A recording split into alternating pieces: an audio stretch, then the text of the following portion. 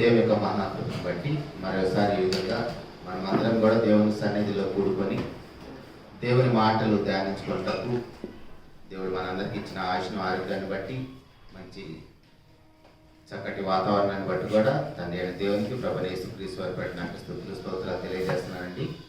వాక్యం మీద ఆసక్తితో దేవుని సన్నిధికి ఇప్పుడు వచ్చిన ప్రియులైన దేవుని పిల్లలందరూ కూడా శుభాభివందనాలు తెలియజేస్తూ నేటికే దేవుడు సిద్ధం చేసిన వాక్య ధ్యానంలోకి వెళ్దామండి. ప్రభునందు ప్రియమైన దేవుని వారలారా, బైబిల్ మనం ఎప్పుడు చదువుతున్నా కూడా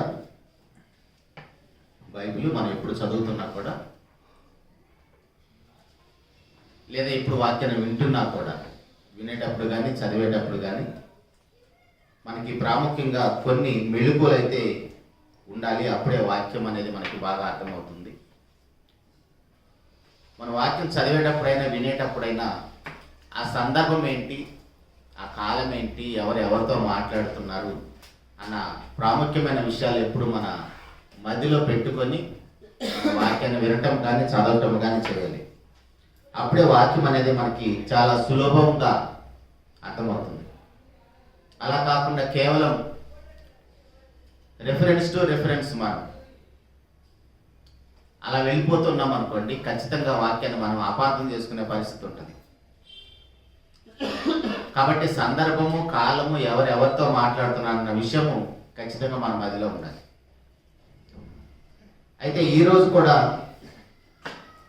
అలాంటి విషయాలను మనం మన మధ్యలో పెట్టుకొని ఒక మంచి సందర్భాన్ని ఆలోచించే ప్రయత్నం చేద్దామండి. యోహాను సువార్త 10వ అధ్యాయము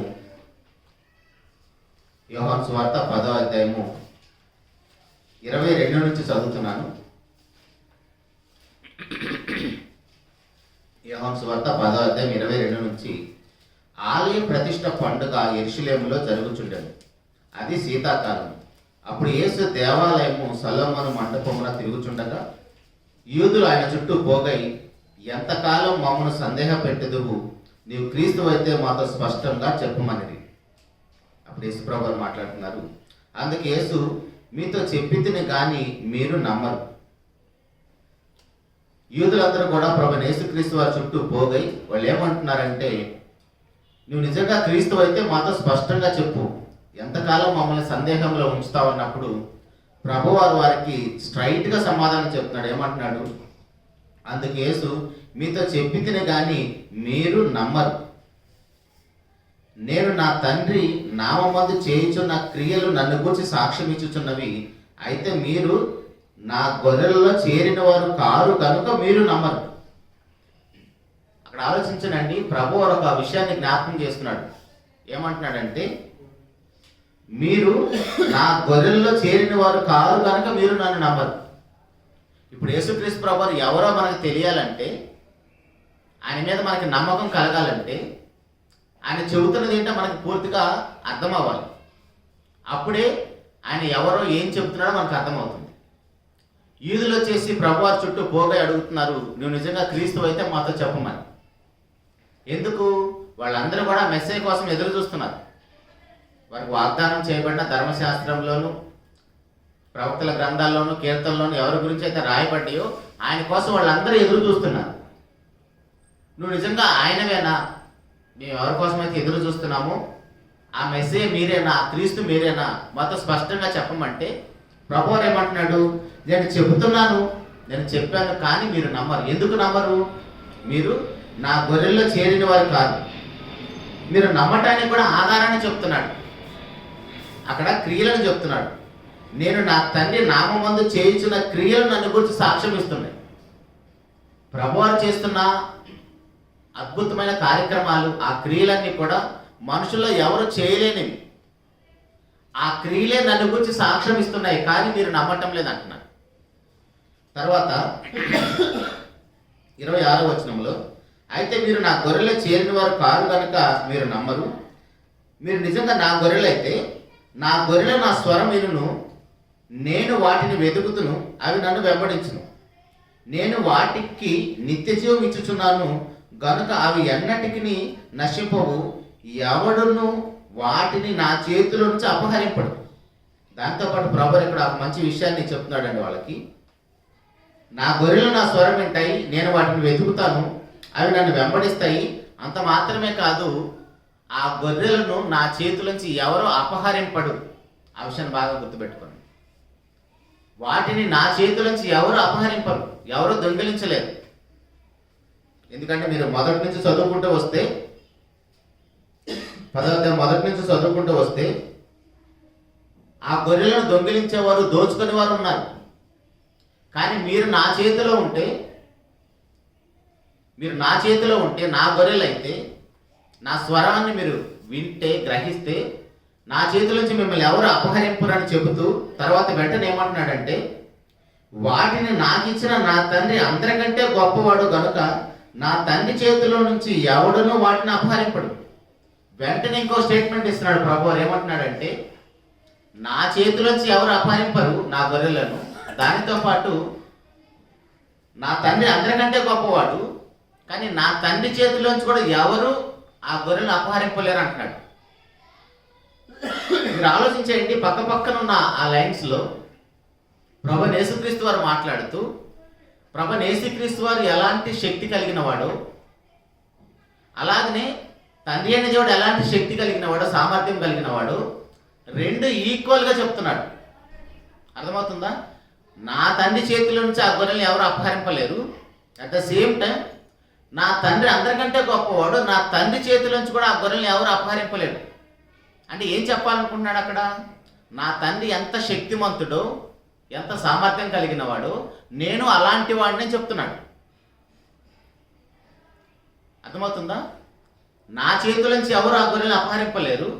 అట్ ద సేమ్ టైం నా తండ్రి చేతిలోంచి కూడా ఎవరు అపహరింపలేరు. అంటే తండ్రి చేతిలో వేరే గొర్రెలు, నా చేతిలో వేరే గొర్రెలు అని కాదు. అక్కడ మనం ఏం అర్థం చేసుకోవాలంటే, నా తండ్రి ఎంత శక్తిమంతుడో నేను అలాంటి వాడినే.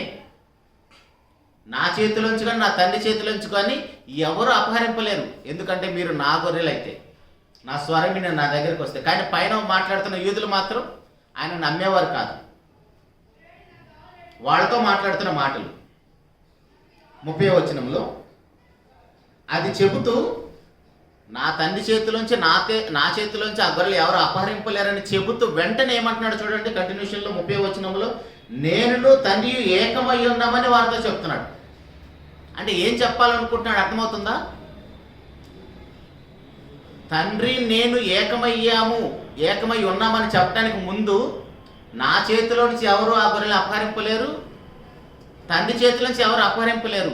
మా ఇద్దరి శక్తి సామర్థ్యాలు, మా సామర్థ్యం ఒకటే, ఈక్వల్ అని చెప్పడానికి వెంటనే ఏమని చెప్తున్నాడు? నేను నా తండ్రి ఏకమై ఉన్నామని చెప్తున్నాడు. అర్థమవుతుందా బైబిల్ మనం ఎలా చదువుకుంటూ వెళ్ళాలో? పైనేమో 22వ వచనంలో లేదా 24వ వచనంలో నువ్వు నిజంగా క్రీస్తు అయితే మాత్రం స్పష్టంగా చెప్పమంటున్నాడు అక్కడున్న యూదులందరూ. నేను చెబుతున్నాను కానీ మీరు నన్ను నమ్మటం లేదు. నన్ను నమ్మటానికి నా మాటలే కాదు, నా క్రియలను గమనించండి. నా తండ్రి నామమున నేను ఏ క్రియలు చేస్తున్నానో ఆ క్రియలే నన్ను గురించి సాక్ష్యం ఇస్తున్నాయి. దానితో పాటు ఏమంటున్నాడు? నా గొర్రెలు నా స్వరం వింటాయి, నేను వాటిని కాపాడుతాను, వాటికి నిత్య జీవాన్ని ఇస్తాను, నా చేతిలోంచి వాటిని ఎవరు అపహరింపలేరు. అలాగనే నా తండ్రి చేతిలోంచి ఎవరు అపహరింపలేరు అని చెబుతూ వెంటనే ఏమంటున్నాడంటే, నేను నా తండ్రి ఏకమై ఉన్నాము, మా ఇద్దరి శక్తి ఒకటే అని చెప్తున్నాడు. అప్పుడు వెంటనే వాళ్ళు ఏం చేస్తున్నారు? 31వ వచనంలో, యూదులు ఆయన కొట్టవలనని మరలా రాళ్ళు చేత పట్టుకొనగా. ఎందుకు రాళ్ళు తీసుకున్నారు? మరలా రాళ్ళు తీసుకున్నారంట. అక్కడ యూదులకి ప్రభువైన యేసుక్రీస్తు వారికి జరుగుతున్న సంభాషణ అది. అర్థమవుతుందా? పైనుంచి మనం చదువుకుంటూ వస్తుంటే యేసు ప్రభువారు మాట్లాడిన మాటల్లో రాళ్ళు తీసుకొని కొట్టే అంత నేరం ఏమైనా కనపడిందా మనకి? మరి యూదులు ఎందుకు మరలా రాళ్ళు తీసుకున్నారంటున్నాడు? ఆలోచించండి జాగ్రత్తగా. మరలా రాళ్ళు తీసుకున్నారంటే ఆల్రెడీ అంతకుముందు ఎక్కడ తీసుకున్నారు? పక్క పేజీలో 8వ అధ్యాయము 58, 59 వచనాల్లో, యోహాను సువార్త 8వ అధ్యాయము 58, 59 వచనాల్లో యేసు ప్రభువు మాట్లాడుతున్నారు. అబ్రహాము పుట్టక మునిపే నేను ఉన్నానని మీతో నిశ్చయముగా చెప్పుచున్నాను. కాబట్టి వారు ఆయన మీద రూటకు రాళ్ళు ఎత్తిరి గాని యేసు దాగి దేవాలయం నుండి బయటికి వెళ్ళిపోయాడు. ఇక్కడ కానీ అక్కడ కానీ 8వ అధ్యాయంలో కానీ 10వ అధ్యాయంలో కానీ యేసు ప్రభు వారు రాళ్లతో కొట్టి చంపబడాలనే నేరం చేసినట్టుగా మనకేమైనా అర్థమవుతుందా? మరి వాళ్ళకేం అర్థమవుతుందని వాళ్ళు రాళ్ళు తీసుకుంటున్నారు? మామూలుగా రాళ్ళు ఎలాంటి సందర్భంలో తీసుకుంటారు తెలుసా? రాళ్ళు తీసుకుని కొట్టే పరిస్థితులు ఎప్పుడు వస్తాయో తెలుసా? దాన్ని మనం ఒకసారి చదువుదాం కిందకు కూడా. దేవదూషణ అంటారు వాళ్ళు. యూదులు ఆయనని కొట్టవాలని మరలా రాళ్ళు చేత పట్టుకొనగా యేసు తండ్రి యొద్ద నుండి అనేకమైన మంచి క్రియలు మీకు చూపిద్దని వాటిలో ఏ క్రియ నిమిత్తం నన్ను రాళ్లతో కొట్టుదురని వారిని అడిగాను. అందుకు యూదులు, నీవు మనుషుడవై ఉండి దేవుడు నన్ను చెప్పుకొనుచున్నావు గనుక దేవదూషణ చేసినందుకు నిన్ను రాళ్లతో కొట్టుదము కానీ మంచి క్రియ చేసినందుకు కాదని ఆయనతో చెప్పిరి. వాళ్ళ మధ్య జరుగుతున్న వాదన అర్థమవుతుందా? ఆ డిస్కషన్ అర్థమవుతుందా? నేను ఏ నేరం చేశానని నన్ను రాళ్లతో కొడుతున్నారని వాళ్ళు ప్రభువారు అడుగుతున్నారు. తండ్రి యొద్ద నుంచి అనేకమైన మంచి క్రియలు మీకు చూపిస్తే వాటిలో ఏ క్రియ నిమిత్తం నన్ను రాళ్లతో కొడతారు అంటే వాళ్ళు ఏమంటున్నారు? మంచి క్రియ చేసినందుకు కాదు, నువ్వు మనుషుడవై ఉండి దేవుడు నన్ను చెప్పుకొనుచున్నావు కనుక దేవదూషణ చేసినందుకే నిన్ను రాళ్లతో కొట్టుతున్నాం అంటున్నారు. ఇక్కడ మీరు గమనించండి, పైనుంచి మనం చదువుకున్న 22వ వచనం నుంచి కానీ ఎక్కడైనా యేసు ప్రభు వారు నేను దేవుడిని చెప్పుకున్నాడా? మనం చదువుకున్న ఆ కాంటెస్ట్లో ఎక్కడైనా పోనీ దేవుని కుమారుడు అని చెప్పాడా? దేవుడిని కానీ దేవుని కుమారుడు కానీ ఏం చెప్పలేదు. మరి వాళ్ళకి ఏం అర్థమవుతుంది? నా చేతులోంచి ఎవరు ఆ గొర్రెలను అపహరింపలేరు, నా తండ్రి చేతులోంచి ఎవరు అపహరింపలేరు అని చెబుతూ నేను తండ్రి ఏకమై ఉన్నామని చెబుతుంటే వాళ్ళకి ఏం అర్థమవుతుంది? అది దేవదోషంలాగా వినబడుతుంది, వాళ్ళకి దేవదోషంలాగా కనబడుతుంది. ఇందాక 8:58లో కూడా మనం చూసినప్పుడు నేను అబ్రహాము పుట్టక మునిపే నేను ఉన్నానని మీతో నిశ్చయముగా చెప్తున్నాను. అప్పుడు కూడా వాళ్ళు మరలా రాళ్ళు చేత పట్టుకున్నారు. నేను ఉన్నవాడినని చెప్పినా, నేను తండ్రి ఏకమై ఉన్నామని చెప్పినా వాళ్ళకి ఏమర్థమవుతుంది? దేవదూషణ చేస్తున్నామని అర్థమవుతుంది.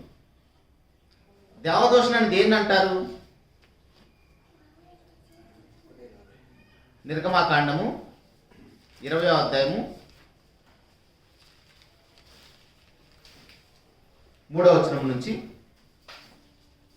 నిర్గమాకాండము 3వ అధ్యాయము 20వ అధ్యాయము 3వ వచనములో, నేను తప్ప వేరొక దేవుడు నీకు ఉండకూడదు, పైన ఆకాశం అందే కానీ క్రింద భూమి అందే కానీ భూమి క్రింద నేల ఎందే కానీ ఉండు దేని రూపమును విగ్రహమునైనను నీవు చేసుకొనకూడదు, వాటికి సాగిల పడకూడదు, వాటికి పూజింపకూడదు.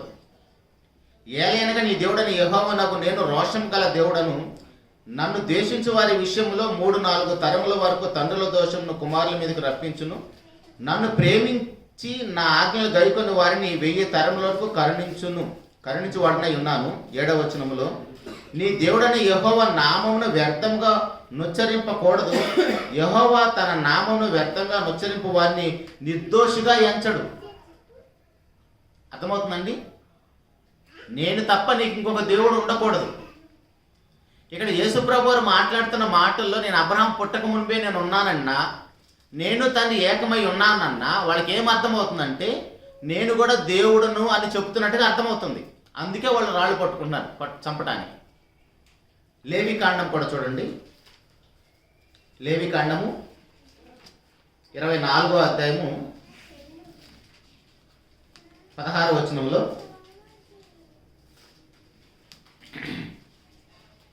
లేవికాండము 24వ అధ్యాయము 16వ వచనములో, యెహోవా నామమును దూషించువాడు మరణశిక్ష నొందవలను, సర్వ సమాజము రాళ్లతో అట్టి వారిని చావగొట్టవలను.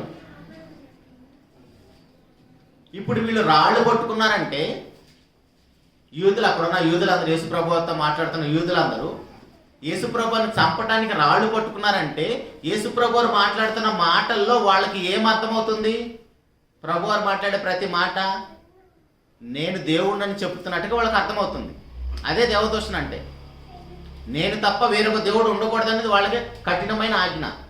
దేవుడు ఒక్కడే కనుక. ఇప్పుడు దేవుడు ఒక్కడే అని చెబుతుంటే యేసుప్రభు వారు మాట్లాడుతున్న మాటల్లో వాళ్ళకి ఏం అర్థమవుతుందంటే నేను అబ్రహాము పుట్టక మునిపే నేను ఉన్నాను. ఈ ఉన్నాను అనే మాట మనం ఆల్రెడీ ఒకసారి చూసామండి. ఎక్కడ? మోషే గారిని దేవుడు ఇశ్రాయేలు జనాంగం ఎద్దకు పంపిస్తున్నప్పుడు, నేను వెళ్ళి నన్ను ఎవరు పంపించారంటే నేనేం చెప్పాలన్నప్పుడు మోషే గారితో దేవుడు చెప్పిన మాట ఏంటి? 3వ అధ్యాయము 14వ వచనంలో నిర్గమాకాండము 3వ అధ్యాయం 14వ వచనంలో, అందుకు దేవుడు నేను ఉన్నవాడను అనువాడనే ఉన్నాను మీతో చెప్తున్నాను. 13వ వచనం కూడా చదువుకుందాం. మోషే, చిత్తగించుము, నేను ఇశ్రాయేలుకు వెళ్ళి వారిని చూచి మీ పితరుల దేవుడు మీ యొద్దకు నన్ను పంపినని వారితో చెప్పగా వారు ఆయన పేరేమి అని అడిగిన ఎడల వారితో నేనేమి చెప్పవాలని దేవుణ్ణి అడిగాను. ఇక్కడ మోషే గారు దేవుణ్ణి ఏమడుగుతున్నాడు? నువ్వు నన్ను ఇశ్రాయేలుకు పంపిస్తున్నావు కదా, మీ పితరుల దేవుడు నన్ను పంపించాడని చెప్పినప్పుడు వాళ్ళు ఆయన పేరేంటని అడుగుతారు. ఇప్పుడు వాళ్ళ పేరేంటని అడిగినప్పుడు నేనేం చెప్పాలని అడుగుతున్నాడు మోషే గారు. పేరేంటని మోషే గారు అడుగుతుంటే దేవుణ్ణి, ఇప్పుడు దేవుడు ఏం చెప్పాలి? పేరు చెప్పాలి. అర్థమవుతుందా? జాగ్రత్తగా అర్థం చేసుకోండి. మోషే గారు ఇశ్రాయేలుకు వెళ్ళి మీ దేవుడు నన్ను పంపించాడంటే వాళ్ళు ఆయన పేరేంటని అడుగుతారు. ఇప్పుడు ఆ పేరేంటో నాకు చెప్పాలి. ఆ పేరేంటో నాకు చెప్పమంటే దేవుడు ఏమంటున్నాడు? పేరేమని చెప్పాడా? నేను ఉన్నవాడని అంటున్నాడు. అంటే దేవుని యొక్క లక్షణాన్ని చెప్తున్నాడు, పేరు చెప్పలేదు. మోషే గారేమో పేరు అడుగుతున్నాడు, కానీ దేవుడు ఏం చెప్తున్నాడు? దేవుని యొక్క లక్షణాన్ని చెప్తున్నాడు. నేను ఉన్నవాడని చెప్తున్నాడు. దేవుడు అంటే ఉన్నవాడనే లక్షణం. అది దేవునికి ఎన్నో లక్షణాలలో వాటిలో ఉన్నవాడనేది ఒక లక్షణం. ఇప్పుడు అబ్రహాము పుట్టక మునిపే నేను ఉన్నానని 8వ అధ్యాయం 58వ వచనంలో యేసుప్రభు వారు నేను అబ్రహాం పుట్టక ముందే నేను ఉన్నానంటే వాళ్ళకి ఏమర్థమవుతుంది? ఓహో, నీది ఇక్కడ మోషే గారు ఏమర్థం చేసుకున్నాడు? దేవుడు చెప్పినప్పుడు నీ పేరేంటని చెప్పినప్పుడు ఉన్నవాడంటే అదే తీసుకెళ్ళి చెప్పాడు కదా. మోషే గారికి అర్థమైంది దేవుని లక్షణం ఇదని. ఇప్పుడు అక్కడ ఉన్న యూదులు కూడా యేసుప్రభు వారు మాట్లాడుతుంటే నేను ఇంకా 50 సంవత్సరాలు కూడా లేవే, నువ్వు అబ్రహాం కంటే ముందున్నావా అంటే నీది దేవుని లక్షణమా? నీ ర్యాంక్ దేవుని ర్యాంక్ అని వాళ్ళకి అర్థమైంది. కాబట్టి దేవుడు తప్ప మాకు ఒకే దేవుడు ఉన్నాడు, ఆయన తప్ప మాకు ఇంకొక దేవుడు లేడు. ఆకాశం అందు కానీ భూమి మీద కానీ భూమి ఎందుకున్నా నీళ్ళ ఎందుకు కానీ దేని రూపాన్ని చేసుకోకూడదని కఠినమైన ఆజ్ఞ వాళ్ళకు ఉంది. ఇప్పుడు యేసుప్రభు వారు మాట్లాడుతున్న మాటలో వాళ్ళకేం అర్థమవుతుంది? ఉన్నవాడు అంటే ఓహో నీది దేవుని ర్యాంక్, ఆ లక్షణం చెప్తున్నాడు కాబట్టి ఆయన చంపడానికి రాళ్ళు తీసుకున్నారు. అది దేవదూషణ. అర్థమవుతుందా? ఉన్నవాడని చెప్పినందుకు వాళ్ళు ఆయన చంపడానికి రాళ్ళు తీసుకున్నారు. ఒకసారి మత్తయి సువార్త 26వ అధ్యాయము 64వ వచనం చూద్దాం. మత్తయి సువార్త 26వ అధ్యాయం 64 నుంచి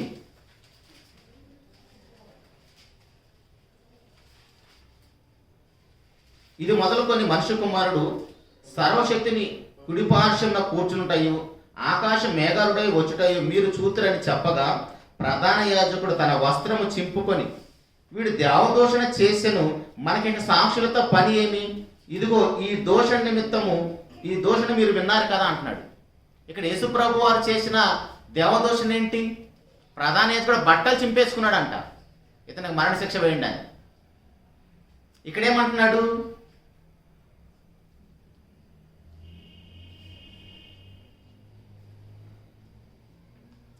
ఇది మొదలుకొని మనిషి కుమారుడు సర్వశక్తి కుడిపార్శ్వమున కూర్చున్నటయు. అంటే దేవుని కుడిపార్శ్వమున కూర్చోవటం అంటే వింటున్న యూదులకి వాళ్ళకి ఏమర్థమవుతుంది? అది దేవుని యొక్క స్థానం. దేవుని స్థానంలో దేవుని తప్ప ఎవరు కూర్చోకూడదు కదా. అక్కడ 8వ అధ్యాయం 58వ వచనంలో ఉన్నవాడని చెప్పిన, 10వ అధ్యాయము 30వ వచనంలో నేను తండ్రి ఏకమై ఉన్నామని చెప్పిన, ఇక్కడ దేవుని కుడిపార్శ్వమున కూర్చున్నానని చెప్తున్నా, వినే వాళ్ళకి ఏమర్థమవుతుంది? అది దేవుని లక్షణం, అది దేవుని స్థానం. నీకు అర్హత లేదు, నువ్వు మనుషుడవై ఉండి దేవుడునని చెప్పుకొనిచున్నావు. అర్థమవుతుందా? ఇప్పుడు యోహాను సువార్త 10వ అధ్యాయానికి రండి. యోహాను సువార్త 10వ అధ్యాయం 30వ వచనంలో నేను తండ్రి ఏకమై ఉన్నామంటే వాళ్ళకి ఏమర్థమవుతుంది? 33వ వచనంలో, అందుకు యూదులు నీవు మనుషుడవై ఉండి దేవుడునని చెప్పుకొనుచున్నావు గనుక దేవదూషణ చేసినందుకు నిన్ను రాళ్లతో కొట్టుదుము కానీ మంచి క్రియ చేసినందుకు కాదని అంటున్నారు. అక్కడ దేవదూషణ ఏంటి? తాను దేవునితో సమానుని చేసుకుంటున్నాడు. అర్థమవుతుందా? ఆ యూదులకు ఏం అర్థమవుతుంది యేసుప్రభు వారు మాట్లాడుతుంటే? కొంచెం జాగ్రత్తగా అర్థం చేసుకోండి. అక్కడ దేవుని కుడిపార్శ్వమున కూర్చోవటం అన్నా దేవదూషణే. అది దేవుని స్థానం. నువ్వు మనుషుడు కదా, దేవుడి స్థానంలో ఎలా కూర్చుంటావు? దేవుడు ఒక్కడే కదా. అందుకు వాళ్ళకి బట్టలు చింపేసుకున్నాడంట ప్రధాన యాజకుడు. ఇక మనకు సాక్షులతో పని ఏంటి? ఈ దేవదూషణ సరిపోతుంది, ఇతను రాళ్లతో కూడా చంపడానికి, సిలువేయటానికి అంటున్నారు. 8వ అధ్యాయము 58వ వచనంలో, నువ్వు అబ్రహాం కంటే ముందున్నావా? అబ్రహాం కంటే ముందున్నావు, ఉన్నవాడని చెప్తుంటే అక్కడ వాళ్ళకేం అర్థమైంది? అది దేవుని యొక్క లక్షణం కదా, ఉన్నవాడు అనేది దేవుని లక్షణం కదా. ఇక్కడ 30వ వచనంలో, నేను తండ్రి ఏకమై ఉన్నామంటే అక్కడ కూడా అది దేవుని లక్షణం కదా. దేవునితో నేను సమానం చేసుకుంటున్నావు కాబట్టి అది దేవదూషణ అంటున్నారు. ఇక్కడ ఎక్కడైనా సరే మనకి చదువుకుంటున్న తెలుగులో యేసుప్రభు వారు నేను దేవుడని చెప్పుకున్నట్టుగా మనకేం కనపట్లేదు. వింటున్న యూదులకు అర్థమవుతుంది. సో ఇప్పుడు మనం బైబిల్ చదివేటప్పుడు మనం ఇందాక ఏమేమి సందర్భాలు ఆలోచించాలనుకున్నాం? ఎవరెవరితో మాట్లాడుతున్నారు, సందర్భం ఏంటి, కాలం ఏంటి. దానితో పాటు ఇంకొక విషయాన్ని కూడా మనం గుర్తుపెట్టుకోవాలి. 4వ విషయం ఏంటంటే అక్కడున్న సంస్కృతి ఏంటో కూడా మనకు తెలియాలి. హెబ్రీయుల యొక్క సంస్కృతి ఏంటంటే ఏదైనా డైరెక్ట్గా ఆన్సర్ చేయరు, వారి యొక్క లక్షణాలు ఏంటో చూపిస్తారు. ఇప్పుడు మోషే గారు దేవుని పేరేంటి అంటే దేవుని పేరు చెప్పాడా? దేవుని యొక్క లక్షణాన్ని చెప్పాడు. నిర్గమకాండంలో మనం చూసాం కదా, మోషే గారు నీ పేరేంటి తండ్రి అని అడుగుతుంటే, దేవుడిని అడుగుతుంటే దేవుని పేరు చెప్పకుండా దేవుని యొక్క లక్షణాన్ని చెప్పాడు. 8వ అధ్యాయం 58వ వచనంలో కూడా ఉన్నవాడు దేవుని లక్షణమే. 10వ అధ్యాయంలో ఉన్న యూదులతో కూడా యేసుప్రభు వారు మాట్లాడుతుంటే వాళ్ళకి ఏమర్థం అవుతుందంటే నేను తండ్రి ఏకమై ఉన్నామంటే అది దేవుని యొక్క లక్షణం. దేవునితో సమానత్వాన్ని చెప్తున్నాడు. దేవునితో సమానత్వాన్ని చెప్తున్నాడు కాబట్టి వాళ్ళకి బాగా కోపం వచ్చేస్తుంది. అందుకే ఆయన చంపడానికి రాళ్ళు తీసుకుంటున్నారు. దీన్ని ఏమంటారంటే ఈ యొక్క సంస్కృతిలో ఈ యొక్క ఇక్కడ వాదన జరుగుతుంది కదా, 30వ వచనం నుంచి మనం చదువుకుంటూ వచ్చినప్పుడు నేను తండ్రి ఏకమై ఉన్నాను చెప్తున్నందుకు యూదులు ఆయన చంపడానికి రాళ్ళు తీసుకున్నారు. మళ్ళీ వెంటనే యేసుప్రభు వారు మాట్లాడుతున్నారు, నేను ఏ మంచి క్రియ చేసినందుకు నన్ను రాళ్లతో కొడుతున్నావు అంటే నువ్వు మంచి క్రియ చేసినందుకు కాదు, నువ్వు మనుషుడు వండి దేవుడు అని చెప్పుకుంటున్నావు కాబట్టి రాళ్లతో కొడుతున్నాం అంటున్నారు. అక్కడ వాదన అర్థమవుతుందా? ఆ వాదన ఏమంటారంటే వాళ్ళ సంస్కృతిలో, హెబ్రీయుల యొక్క సంస్కృతిలో ఆ వాదన ఏమంటారంటే కల్ వాక్ మేరు వాదన అంటారు. కల్ వాక్ మేరు వాదన అంటారు. కల్ వాక్ మేరు వాదన అంటారు. ఆ యొక్క సందర్భంలో హెబ్రీయుల యొక్క సంస్కృతిలో ఆ వాదన, అక్కడ వాదన జరుగుతుంది కదా. మీకు ఇంకా అర్థం అవ్వాలంటే ఆ వాదన గురించి తెలియాలంటే యోబు గ్రంథంలో యోబు గారు ఆయన స్నేహితులు, వాళ్ళ స్నేహితుడు వచ్చి ఒక మాట మాట్లాడతాడు, మళ్ళీ దానికి రిప్లై యోబు గారు ఇస్తాడు. మళ్ళీ యోబు గారు ఒక మాట చెప్తాడు, మళ్ళీ వాళ్ళ స్నేహితులు ఇంకొక సందర్భాన్ని జ్ఞాపకం చేస్తారు. అది వాదన కదా. అలాంటి వాదనే యూదులకి యేసుప్రభు వారికి జరుగుతుంది ఇక్కడ. ఈ వాదనే కల్ వాక్ మేరు వాదన అంటారు. కల్ వాక్ మేరు వాదన అంటే ఏంటంటే చిన్నదాని నుంచి పెద్దదానికని అర్థం వస్తుంది. చిన్నదాని నుంచి పెద్దదానికని అర్థం వస్తుంది. 34, 35 వచనాలు కూడా చూద్దాం. 34, 35 వచనాల్లో, అందుకు యేసు మీరు దైవములని నేనంటిని మీ ధర్మశాస్త్రంలో రాయబడి ఉండలేదా? అందుకు యేసుప్రభు వారు మాట్లాడుతూ మీరు దైవములని నేనంటిని మీ ధర్మశాస్త్రంలో రాయబడి ఉండలేదా? లేఖనము నిరర్థకము కానేరదు కదా. దేవుని వాక్యం ఎవరికి వచ్చినా వారే దైవములని చెప్పిన ఎడల నేను దేవుని కుమారుని చెప్పినందుకు తండ్రి ప్రతిష్ఠ చేసి ఈ లోకములోనికి పంపిన వాడితో నీవు దేవదూషణ చేయించున్నావు అని చెప్పుతున్నా అంటున్నాడు. ఇక్కడ యేసుప్రభు వారు తాను ఎవరో చెప్పటానికి ధర్మశాస్త్రంలో ఒక లేఖనాన్ని కూడా కోట్ చేస్తున్నాడు. ధర్మశాస్త్రంలో ఎక్కడ యేసుప్రభు వారు లేదా దేవుడు వాక్యం వచ్చిన వాళ్ళు దేవుడు అన్నాడు? 82వ కీర్తన 6వ వచనములో వాక్యం వచ్చిన వాళ్ళు ఎవరో వాళ్ళని దైవాలని ధర్మశాస్త్రంలో ఎక్కడుందంటే 82వ కీర్తన 6వ వచనంలో ఉంటుంది.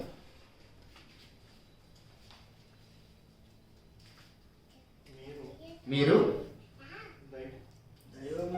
దైవములని మీరందరూ సర్వోన్నతుని కుమారులని నేనే సెలవిచ్చున్నాను అంటున్నాడు. ఇక్కడ దేవుడు మాట్లాడుతున్నాడు, మీరు దైవములనియు మీరందరూ సర్వోన్నతుని కుమారులు. దైవాలు మాత్రమే కాదు, మీరందరూ సర్వోన్నతుని కుమారులు. ఎవరితో మాట్లాడుతున్నాడు? మొదటి వచనం చూడండి. దేవుని సమాజంలో దేవుడు నిలిచి ఉన్నాడు. దేవుని సమాజంలో దేవుడు నిలిచి ఉన్నాడు అంటే దేవుడు ఉన్నాడు, అక్కడున్న సమాజం మొత్తాన్ని వాళ్ళందరినీ కలిపి కూడా దైవాలు అంటున్నాడు. వాళ్ళు దైవాలని పిలిచింది ఎవరు? దేవుడే పిలిచాడు. వాళ్ళకి దేవుడని నామకరణ దేవుడే చేశాడు. దేవుళ్ళు మాత్రమే కాదు, వాళ్ళు దేవుని కుమారులు కూడా. 2 టైటిల్స్ ఇచ్చాడు అక్కడ వాళ్ళకి దేవుడు. వాళ్ళందరినీ కలిపి దైవాలు అన్నారు, దేవుని కుమారులు అన్నారు. ఆ దైవాలతో దేవుడు మాట్లాడుతున్నాడు. దేవుని సమాజంలో దేవుడు నిలిచి ఉన్నాడు. దైవముల మధ్య తీర్పు తీరుస్తున్నాడు. అసలు దైవాలకు తీర్పు తీర్చడం ఏంటి? వాళ్ళు ఎవరు? 2వ వచనంలో చూస్తే వాళ్ళు ఎవరంటే, ఎంతకాలం మీరు అన్యాయంగా తీర్పు తీర్చుదురు, ఎంతకాలం భక్తిహీనుల పక్షపాతం చూపుదురు, పేదలకు తల్లిదండ్రులు లేని వారికి న్యాయం తీర్చుడి, శ్రమగల వారికి దీనులకు న్యాయం తీర్చుడి, దరిద్రులను నిరుపేదలను విడిపించుడి, భక్తిహీనుల చేతుల నుండి వాళ్ళని తప్పించుడి. న్యాయం తీర్చేది ఎవరండి? న్యాయాధిపతులు. దేవుని తరపున ఇశ్రాయేలు సమాజంలో దేవుడు కొంతమందిని ఎన్నుకొని వాళ్ళకి దైవాలని పేరు పెట్టి వాళ్ళకి దేవుని కుమారుడు అనే టైటిల్ వాళ్ళకి ఇచ్చేసి, నా తరపున నా ప్రజలకు న్యాయం తీర్చమని దేవుడు వాళ్ళకి పెద్ద హోదాని కల్పించాడు. ఆ హోదాని కల్పిస్తూ వాళ్ళకి ధర్మశాస్త్రాన్ని కూడా ఇచ్చాడు. నిర్గమాకాండము 21వ అధ్యాయము మొదటి వచనంలో, నిర్గమాకాండము 21వ అధ్యాయం మొదటి వచనంలో, నీవు వారికి నియమించవలసిన న్యాయ విధులు ఏమనగా, న్యాయాధిపతులకు ఇస్తున్నాడు ధర్మశాస్త్రాన్ని ఇచ్చి, ఈ ధర్మశాస్త్రం ప్రకారం ఇశ్రాయేలు జనాంగానికి న్యాయం తీర్చమని చెప్తున్నాడు. వాళ్ళని దేవుడు అని చెప్తున్నాడు. 6వ వచనంలో చూడండి, మీ మధ్య ఏదైనా గొడవ జరిగితే వాళ్ళు దేవుని యొద్దకు వాళ్ళని తీసుకొని రావాలంటున్నా. 21:6వ వచనంలో, నిర్గమాకాండం 21:6వ వచనంలో, వాని యజమానుడు దేవుని యొద్దకు వాడిని తీసుకొని రావాలి. దేవుడు అన్న దగ్గర పుట్టినోట్టేసి కింద ఏమన్నది చూడండి, న్యాయాధిపతి అని ఉంది. పక్కన 22వ అధ్యాయము 28వ వచనంలో కూడా, 22వ అధ్యాయం 28వ వచనంలో కూడా, నీవు దేవుని నిందింపకూడదు. అక్కడ దేవుని దగ్గర ఏమనుంది? అక్కడ కూడా న్యాయాధిపతి అనే ఉంటుంది. సో 82వ కీర్తనలో వాక్యం వచ్చిన వాళ్ళు ఎవరు? న్యాయాధిపతులు. ఆ న్యాయాధిపతులు ఏం చేయాలి? దేవుని ప్రజలకు న్యాయం తీర్చాలి. దేవుని ప్రజలకు న్యాయం తీర్చాలి దేవుడు ఇచ్చిన ధర్మశాస్త్రాన్ని బట్టి. కానీ వాళ్ళు ఏం చేస్తున్నారు? న్యాయం తప్పారు, పక్షపాతాన్ని చూపిస్తున్నారు. దీన్నే, ఇదే సందర్భాన్ని ప్రభువైన యేసుక్రీస్తు వారు యోహాను సువార్త 10వ అధ్యాయం 34-35 వచనంలో కోట్ చేస్తూ, న్యాయం తప్పిన ధర్మశాస్త్రంలో ఉన్న న్యాయం తప్పిన న్యాయాధిపతులే దైవాలన్నాను, వాక్యము ఇచ్చాను వాళ్ళకి నేను, వాక్యం వచ్చిన వాళ్ళే దైవాలని నేను అన్నాను. ఇప్పుడు యేసుప్రభు వారి పేరేంటి? మామూలుగా ఒరిజినల్గా యేసుప్రభు వారు అసలు ఎవరు? యోహాను సువార్త 1:1లో, యోహాను సువార్త 1వ అధ్యాయం 1వ వచనంలో, ఆది యందు వాక్యము ఉండెను, వాక్యము దేవుని యొద్ద ఉండెను, వాక్యము దేవుడే ఉండెను. ప్రభువైన యేసుక్రీస్తు వారు మామూలుగా ఒరిజినల్గా దేవుడు.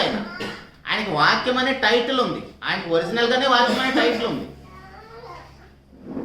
ఇక్కడ 10వ అధ్యాయంలో ఎవరి గురించి మాట్లాడుతున్నారు? న్యాయము తప్పిన, పక్షపాతం చూపిస్తున్న, దేవుళ్ళు అనబడిన, దేవుని కుమారులు అనబడిన న్యాయాధిపతుల గురించి మాట్లాడుతున్నాడు. వాళ్ళే దైవాలైతే, న్యాయం తప్పిన వాళ్ళు, పక్షపాతం చూపిస్తున్న వాళ్ళు, నేనిచ్చిన ధర్మశాస్త్రాన్ని బోధించే వాళ్ళు, వాళ్ళే దైవాలైతే, నేను దేవుని కుమారుని అంటే దేవదూషణ చేసామంటారు ఏంటని వాదిస్తున్నాడు యేసుప్రభు వారు. అర్థమవుతుంది ఆ వాదన ఏంటో? నేనిచ్చిన వాక్యాన్ని బట్టి దేవుని ప్రజలకి న్యాయం తీరుస్తున్న న్యాయాధిపతులే దైవాలైతే, దేవుని కుమారులైతే, నేను ఒరిజినల్గా దేవుణ్ణి, నేను దేవుని కుమారుణ్ణి, దేవుని వాక్యం అనే నామం కలిగిన వాడిని, నేను దేవదూషణ చేశారేంటి అని అడుగుతున్నాడు అక్కడ. ఇప్పుడు చదవండి 34-35 వచనాలు, కొంచెం బాగా అర్థమవుతుంది. అందుకు యేసు, మీరు దైవములని నేను అంటినని మీ ధర్మశాస్త్రంలో రాయబడి ఉండలేదా? లేఖనము నిరర్థకం కానేరదు కదా. దేవుని వాక్యం ఎవరికి వచ్చెనో వారే దైవములని చెప్పిన ఎడల, నేను దేవుని కుమారునని చెప్పినందుకు తండ్రి ప్రతిష్ఠ చేసి ఈ లోకంలోనికి పంపిన వానితో నీవు దేవదూషణ చేయుచున్నావని చెప్పుదురా. అర్థమవుతుందండి ఆ వాదన ఎంత గట్టిగా యేసుప్రభువు వాదిస్తున్నాడు వాళ్ళతోటి. దాన్నే కల్ వాక్ మేరు వాదన అంటారు. అంటే చిన్నదాని నుంచి పెద్దదానికి. చిన్నవాళ్ళు ఎవరు? అక్కడ ఉన్న న్యాయాధిపతులు, దేవుడిచ్చిన ధర్మశాస్త్రం కలిగిన వాళ్ళు, దేవుని కుమారుడు అనే టైటిల్ కలిగిన వాళ్ళు, దేవుడు కల్పించిన దేవుడనే ఆ టైటిల్ కలిగిన వాళ్ళు. అది దేవుడు ఇస్తే వచ్చిన వాళ్ళకి. కానీ ఇక్కడ యేసుప్రభువు వారు ఎవరు? ఒరిజినల్గానే దేవుడు, దేవుని వాక్యం అనే నామం కలిగిన వాడు ఆయన. వాళ్ళే దైవాలైతే నేను దేవుణ్ణి కాదా అని వాదిస్తున్నాడు. ఒకసారి కొత్త నిబంధనలో ఈ వాదనకు సంబంధించింది ఒక 2 విషయాలు చూద్దాం. మత్తయి సువార్త 6వ అధ్యాయము, మత్తయి సువార్త 6వ అధ్యాయం 26వ వచనంలో ఆ వాదన ఎలా ఉంటుందో, ఆ హెబ్రీయుల యొక్క వాదన, ఆ హెబ్రీయుల యొక్క భాష శైలి, వారి యొక్క సంస్కృతి ఎలా ఉంటుందో చూడండి. ఆకాశ పక్షులను చూడుడి, అవి విత్తవు కోయవు, కొట్లలో కూర్చుకొనవు, అయినను మీ పరలోకపు తండ్రి వాటిని పోషించుచున్నాడు. మీరు వాటికంటే బహుశ్రేష్ఠులు కారా? అర్థమవుతుందా? పక్షులు మనకంటే పెద్దవా, గొప్పవా? దేవుని దృష్టిలో మనం గొప్పవాళ్ళమా, పక్షులు గొప్పయా? మనుషులుగా మనమే చాలా గొప్పవాళ్ళు. సర్వ జీవరాశులతో పోలిస్తే మనం చాలా గొప్పవాళ్ళు. ఎందుకంటే మన సాక్షాత్తు దేవుని యొక్క స్వరూపం, దేవుని యొక్క పోలిక కలిగిన వాళ్ళం మనం. నోటి మాటతో కలుగు చేయబడిన పక్షులనే పోషిస్తున్నా నేను, అంత చిన్న జీవుల్ని వాటిని పోషిస్తున్న నేను. మీరు వాటికంటే బహుశ్రేష్ఠులు కదా, మీరెందుకు అంత చింతిస్తున్నారని చెప్తున్నాడు. అర్థమవుతుందా? వాటినే పోషిస్తున్నా, అంత చిన్న వాటినే పోషిస్తున్నా, మీరు వాటికంటే బహుశ్రేష్ఠులు అంటే మిమ్మల్ని ఎంతో ఎక్కువగా నేను దీవిస్తున్నాను, నేను మిమ్మల్ని పోషిస్తున్నానని అర్థం. 7వ అధ్యాయము అక్కడే మత్తయి సువార్తలోని 7వ అధ్యాయం 10వ వచనములో మీరు చెడ్డవారయుండి మీ పిల్లలకు మంచి ఈవులను నెరిగి ఉండగా పరలోకమందున్న మీ తండ్రి తను అడుగు వారికి అంతకంటే ఎంతో నిశ్చయముగా మంచి ఈవులను ఇచ్చును. మీరు ఆల్రెడీ చెడ్డవారైన తల్లిదండ్రులు, మన గురించే మాట్లాడుతున్నాడు దేవుడు. మీరు ఆల్రెడీ చెడ్డవారైన తల్లిదండ్రులు, మీరే మీ పిల్లలకి చెడిపోయిన మీరే మీ పిల్లలకి మంచి చేయాలని కోరుకుంటున్నారు. మీ పరలోకపు తండ్రి అంతకంటే మంచి చేస్తాడు కదా అంటున్నాడు. అర్థమవుతుందా? చిన్నదాని నుంచి పెద్దదానికి ఆ వాదనలు ఎలా ఉంటున్నాయో దాన్నే కల్ వాక్ మేరు వాదన అంటాడు. ఈ వాదన బేస్ చేసుకొని హెబ్రీయుల యొక్క సంస్కృతిలో ఆ వాదన ఉంటుంది. ఆ వాదన బేస్ చేసుకొని ఇక్కడ యేసుప్రభు వారు ఎవరని చెప్తున్నాడు? ఆయన మాట్లాడుతుంటే వాళ్ళకి ఏం అర్థమవుతుంది? వాడిని పట్టించుకోవాలి, వదిలేను.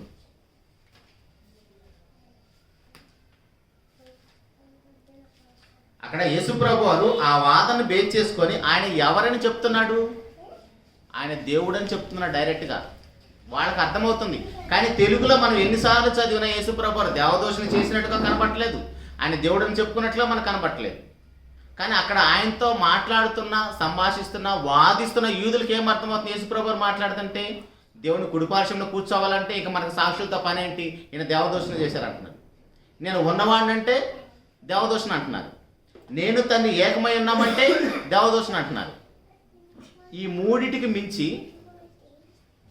ధర్మశాస్త్రంలో ఇంకొక విషయాన్ని జ్ఞాపకం చేశాడు. నేను దేవుడని చెప్పడానికి ఆయన వాక్యం వచ్చిన వాళ్ళే దైవాలు అయితే నేను ఒరిజినల్గా దేవుడని నిరూపిస్తున్నాడు.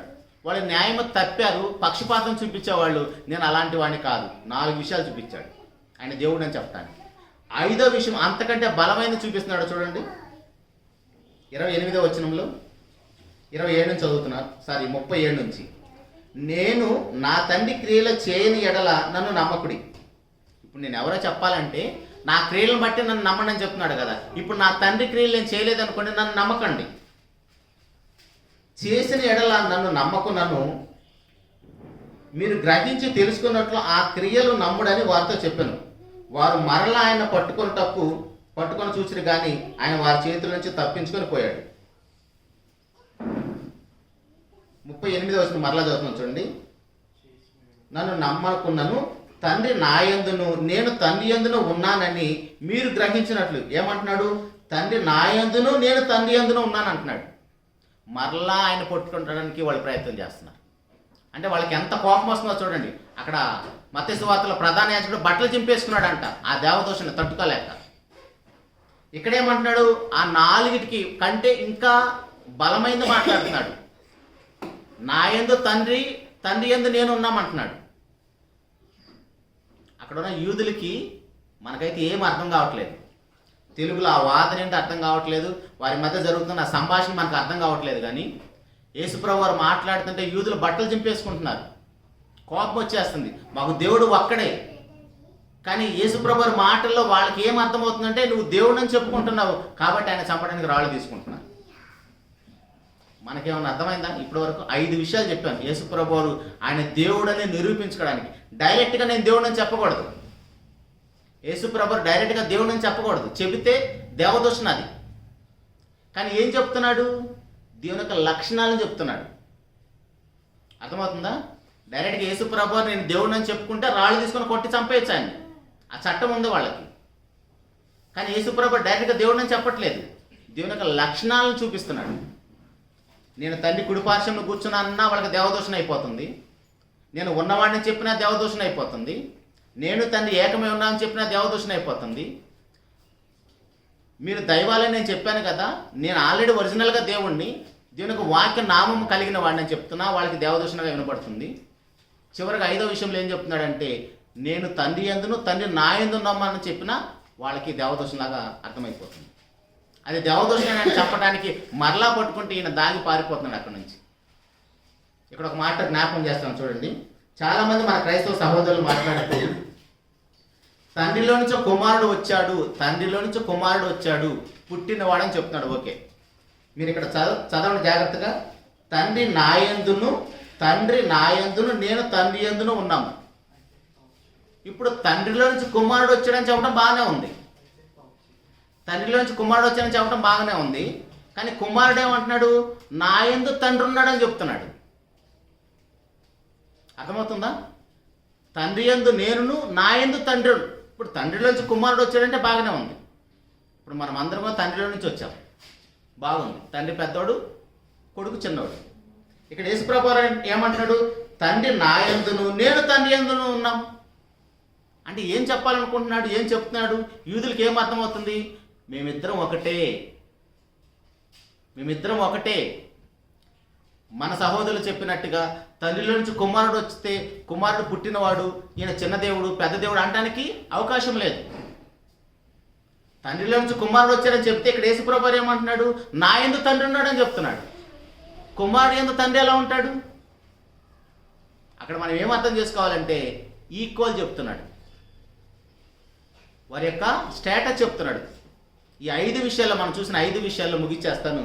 5 విషయాల్లో అక్కడ యేసుప్రభు వారు యూదులతో మాట్లాడుతున్నప్పుడు నేను తండ్రి ఏకమై ఉన్నామని చెప్పినా, ఉన్నవాడని చెప్పినా, దేవునికి వాక్యం కలిగిన వాడని చెప్పినా, నా యందు తండ్రి యందు నేను ఉన్నామని చెప్పినా, తండ్రి కుడిపార్శ్వంలో కూర్చున్నామని చెప్పినా మేమిద్దరం ఒక్కటే అని చెప్తున్నాడు. మనలో సహోదరులు చాలామంది మాట్లాడుతూ యేసుప్రభు వారు పరలోకానికి వెళ్ళిన తర్వాత తండ్రి కుడిపార్శ్వంలో ఉన్నాడు కదా, తండ్రిలో కలిసిపోలేదు కదా అని కూడా మాట్లాడుతున్నారు. తండ్రిలో కలిసిపోవటం అంటే, తండ్రి కుడిపార్శ్వం కూర్చోవటం అంటే మా ఇద్దరు స్టేటస్ ఒకటే అని అర్థం. అక్కడ పోయిన తర్వాత కూడా తండ్రికి ఒక కుర్చీ, యేసుప్రభు వారికి ఒక కుర్చీ, పరిశుద్ధాత్మకు ఒక కుర్చీ, మళ్ళా కుర్చీలు వేసుకొని 3 కుర్చీలో కూర్చుంటారని కాదు. వీలైతే నెక్స్ట్ ఆ పాఠాలు కూడా మనం నేర్చుకునే ప్రయత్నం చేద్దాం. దేవుడు పాత నిబంధన గ్రంథం మొత్తం కూడా దేవుడు అంటే తన బహుళత్వాన్ని చూపించుకుంటున్నాడు. దేవుడు ఒక్కడే, కానీ ఒక్కడే ఉన్న దేవుడు తనలోని 3 వ్యక్తిత్వాలను చూపిస్తున్నాడు. అది మనకు అర్థం కాకుండా మనం నరమాత్రులుగా ఉండి మన మేధస్సుతో, మానవ మేధస్సుతో ఆలోచించి దేవుడిని అర్థం చేసుకోవాలి.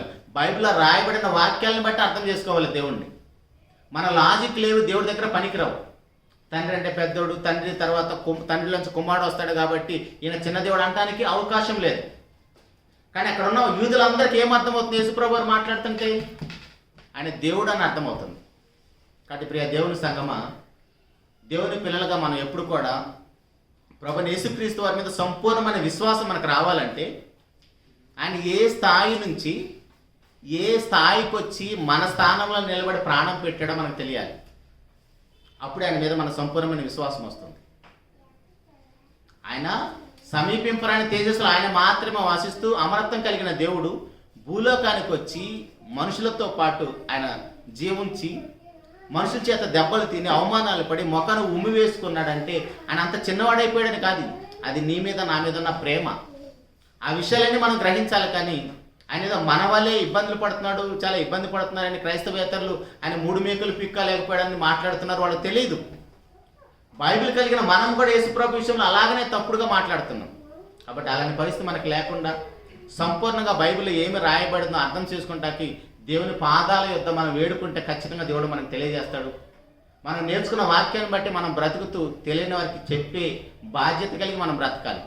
అంతేగాని జీవితం మొత్తం దేవుడు మనం అవమానించుకుంటూ నిందించుకుంటూ యేసుప్రభు విషయంలో ఆయన చిన్నవాడు పెద్దవాడు, ఆయన పుట్టినవాడు, ఆయన ఉన్నవాడు కాదు, ఆయన సంపూర్ణుడు కాదు, ఇలాంటి అనుమానాలతో బతుకుతుంటే ఆయన మీద మన సంపూర్ణమైన విశ్వాసం ఎలా వస్తుంది? ఎవరి ద్వారా మన పరలోకానికి వెళ్ళాలో, ఎవరైతే మనకు మార్గమై ఉన్నాడో ఆయన విషయమే మనకు తెలియకపోతే మనం పరలోకానికి ఎలా వెళ్తాం? ఆయనే మార్గం, ఆయనే ద్వారం, ఆయనే జీవం కదా. ఇప్పుడు ఆయన విషయంలో మనకు సంపూర్ణత రాకపోతే మనం అందరం కూడా క్రీస్తు స్వరూపులకు ఎలా మార్చబడతాం? కాబట్టి ఎప్పుడు వినేవారి జాబితాలోనే ఉండకుండా ఇప్పుడు ఏదైతే విన్నామో దాన్ని మరలా ఇంటికి వెళ్ళిన తర్వాత ధ్యానించండి, మరలా ఆలోచించండి. అక్కడ యూదులకి యేసుప్రభువుకి మధ్య జరుగుతున్న ఆ వాదన ఏంటి? యేసుప్రభు ఏం మాట్లాడుతున్నారు, యూదులకి ఏం అర్థమవుతుంది? మనం ఎన్నిసార్లు చదివిన అక్కడ యేసుప్రభు దేవుడిని చెప్పుకున్నట్టు మనకు అర్థమైందా? కానీ వాళ్ళకి అర్థమవుతుంది, వాళ్ళ సంస్కృతిలో అది అర్థమవుతుంది వాళ్ళకి. కాబట్టి మనకు తెలుగు ఒక్కటి చాలు అని అనుకోవడానికి కూడా అవకాశం లేదు. బైబిల్ రాయబడింది ఏ భాషలో రాయబడిందో దాని మీద మనకు కొద్దిపాటి అవగాహన ఉంటే మంచిదే. ఇప్పుడు మనం తెలుగు వాళ్ళమే కదా, మన పేరు రాయాలంటే తెలుగులో రాస్తాం, ఇంగ్లీష్లో రాస్తామా? అసలు తెలుగు వస్తుందా మనం సరిగ్గా రాయడానికి? మనం ఏదన్నా టెక్స్ట్ పంపిస్తాం, ఎవరికైనా పంపించాలి సడన్గా వాట్సాప్లో, ఇంగ్లీష్లో రాస్తాం, తెలుగులో రాస్తామా? ఆటోమేటిక్గా వచ్చేస్తుంది అది. మనకి తెలుగు ఏం అవసరం, మనకి ఇంగ్లీష్ ఏం అవసరం లేదు, హిబ్రూ అవసరం లేదు, గ్రీక్ అవసరం లేదంటే మనకు రాదని అర్థం. రాదని ఒప్పుకోవాలి తప్ప వచ్చిన వాళ్ళ మీద మనం నిందలేయాల్సిన అవసరం లేదు. చేతైతే నేర్చుకుందాం, లేదు మనకు రాదనుకుంటా వదిలేసి ఊరుకుందాం. అంతేగాని వచ్చిన వాళ్ళ మీద మనం నిందలేస్తున్నామంటే ఈర్ష్యపడుతున్నాం అని అర్థం. అలాంటి పరిస్థితి మనకి ఎవరికి ఉండకూడదు. మనకి ఏదైతే రాదో దాన్ని దేవుడి దగ్గర వేడుకుంటే మనకు అవసరం అనుకుంటే దేవుడు అనుగ్రహిస్తాడు. కాబట్టి ప్రియ దేవుని సంగమ, దేవుని పిల్లగా మనం ఎప్పుడు ప్రేమ చూపించే వారిగా ఉండాలి, కానీ ఈర్ష్య పడేవారిగా ఉండకూడదు. ఆ ఈర్ష్య అనేది ఎవరి యొక్క లక్షణం? అపవాది లక్షణం. అలాంటి పరిస్థితులు ఎవరికి మనకి లేకుండా యేసుప్రభు మీద సంపూర్ణమైన విశ్వాసంతో మనం బ్రతకాలని మనస్ఫూర్తిగా కోరుకుంటూ ఈ మాటలు ముగిస్తున్నానండి. చిన్న మాట ప్రార్థన చేసుకుందాం. జీవం కలిగిన మా తండ్రి, మహోన్నతుడా, మహాపరిశుద్ధుడా, పరిశుద్ధమైన మీ నామానికి వేలాది స్తుతులు స్తోత్రాలు నాయన.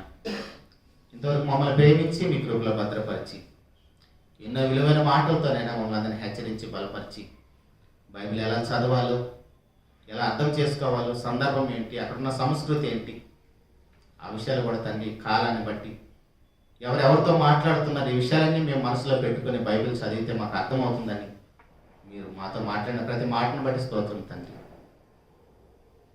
అక్కడ యోహాను సువార్త 10వ అధ్యాయంలోనైనా ప్రభువైన యేసుక్రీస్తు వారు యూదులతో మాట్లాడుతున్నప్పుడు అది తెలుగులో మేము ఎన్నిసార్లు చదివినా యేసుప్రభు వారు తను దేవుడిని చెప్పుకున్నట్టుగా మాకు ఒక్క ఆధారం కూడా కనపడలేదు.